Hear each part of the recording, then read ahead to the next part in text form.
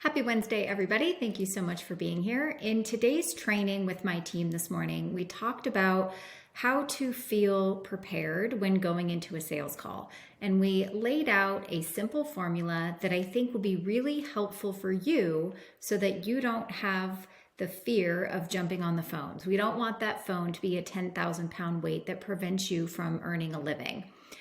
If you are just now finding this channel, my name is Dana Neeson. I run a telesales team for Tailored Legacy. We sell final expense insurance over the phone with one carrier. My job is to try to help you have stronger, more successful, more sophisticated sales conversations. Whether you are on my team or not is not the issue. I'm here to help. All that and more today on Final Expense Telesales.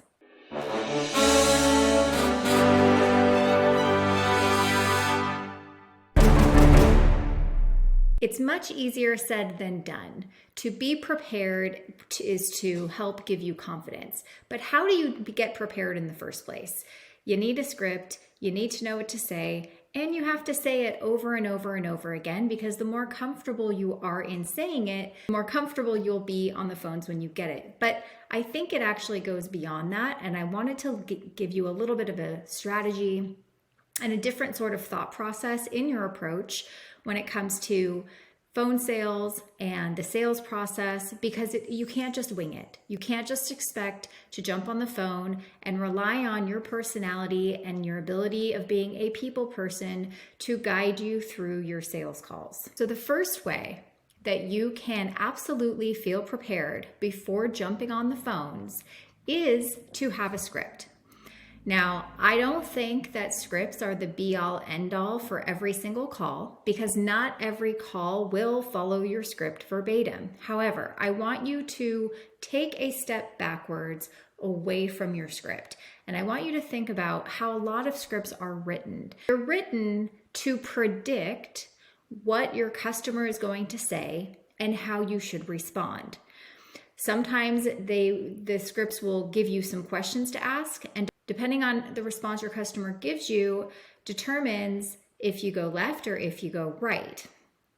Now, the same thing can be true for being prepared when conversations don't follow a script. What you should be doing, a great exercise you should be doing, is writing down 20 possible questions that a customer could ask you, whether it's in the first 5 minutes or during your sales calls. As long as you need to really put pen to paper and think about what types of questions do people ask me, and am I falling trap into answering those questions and going down the rabbit hole with them, or am I prepared to receive those questions, acknowledge the answer, follow it up with a question to continue with having them go on my path? Those are two different things. If you choose the first path, where you just get sucked into their questions and it takes you down a rabbit hole, you're failing yourself and you're failing your customer. Write down a list of 20 questions that you get. For example, I just want to know the price. Is this term or whole life? Well, what happens if I have high blood pressure, right? All of these are normal questions that people ask that could very, very easily take you away from where you need to bring your customer and towards where they're trying to take you by controlling the conversation. For example, can you tell me the price? Of course, I'm absolutely here to help you find the best price for your budget. I guess at this point, there's so many different types of life insurance that without asking you maybe at least a couple of questions, I wouldn't really even know what I'm giving you a price for. Does that make sense? You think it might be okay if I ask you just a few more questions so that I know that the price that I'm giving you accurately reflects what you need? Okay, so addressing their concern, not ignoring it or discarding it, justifying it, asking a question, and moving that conversation forward. Is this term or whole life? You know, that's a really great question. Is there a reason that you asked that? If someone's asking a specific question like that, that means they've been here before, and you want to know where that question is coming from. Let them tell you. I'm so glad you brought that up, and I'm definitely going to be getting to that. I just have a couple of unanswered questions that will really help me offer you the best possible policy. Is it okay if I ask you those? And then I promise we'll get to that. That's still you controlling it by acknowledging what they've said instead of stopping your path and immediately going in to be the hero and save the day. So I want you to challenge yourself to write down a list of 20 questions that somebody will ask you where you already know what your response will be.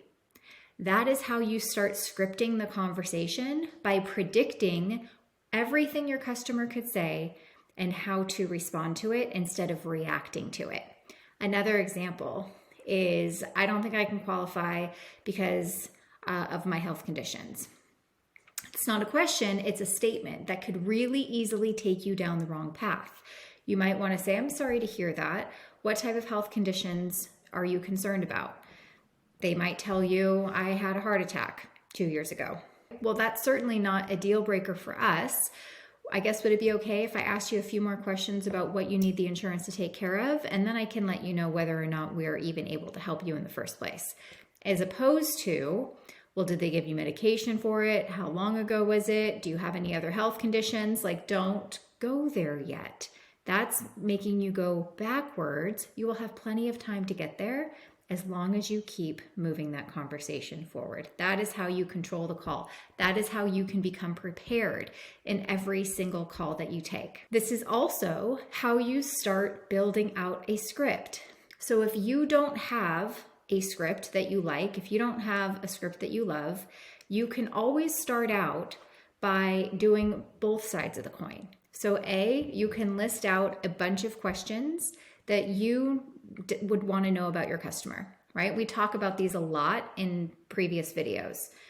How long have you been looking? What have you found? Why have you not moved forward with anything? Why are you looking for more coverage? How much coverage do you have now? Do you feel like that's enough coverage to take care of what your expenses are? How did you land on that amount of coverage? What expenses are you mostly concerned about this policy getting to take care of? Who's going to be in charge of your final arrangements, aka who's your beneficiary? You can ask questions like, what does it look like if you do put something in place? How would that make you feel? You could ask questions like, have you thought about what would happen if you don't put something at all? So you can just literally have a script in the form of questions, knowing the flow. On the other side of your paper, you have a list of customers' responses and questions, and then you start scripting out your responses. You have a choose your own adventure, right? This is how you start compartmentalizing and picturing in your mind how your conversation is going to clearly go, because you've already predicted all the possible things your customer could say, because there's only so many. We're only talking about final expense insurance. There's only so many possible questions that people could ask. Once you know what those questions are, if you don't have a mentor to kind of work with who has a script for you, that does coaching with you, you may have to take some calls, and every time you get a question that you don't have the answer to, or that you don't know how to address, or you feel like you've gotten sucked into it, that's a really good moment to write that question down, think about how you responded, how you could have responded, and then start predicting how you would handle that differently the next time you get that same question or comment or concern. In order to start mastering the sales process, you have to have control. And in order to have control, you need to be able to predict what your conversation will be before you even have it. And in order to predict the conversations that you're going to have, you need to be able to write your questions down, provide all of the possible outcomes for them, and also provide your responses for all of the outcomes. Once you have done that, it doesn't matter what you get, what type of response you get, what type of question you get, you will be so prepared that you'll be dying to jump on the phones the next day, because you'll be like a sales ninja, ready to tackle the next question, ready to tackle the responses, and control the direction and flow of your conversations. Remember, you know exactly where you're going. Your customer has no idea where you're taking them. And there's nothing wrong with that. We can't help someone change their situation unless we control the direction of the call. If you have the ability to listen to sales calls, listen to sales calls. Write down the questions that you hear customers asking. Write down the questions you hear the sales agents asking. Listen for the responses. Write them down. Then think about what other possible responses could there be and how can I be prepared to deal with those responses when I get them. This is how you become a master in the sales process, how you become prepared to take every sales call that you get. The more prepared you are, the better you'll be, the more confidence you'll have, and the more sales you'll make, the more people you'll get to help. Thank you for being here today. If you have any questions, please post them in the comments. I am always here to help you and respond, and I will see you on the next sales video.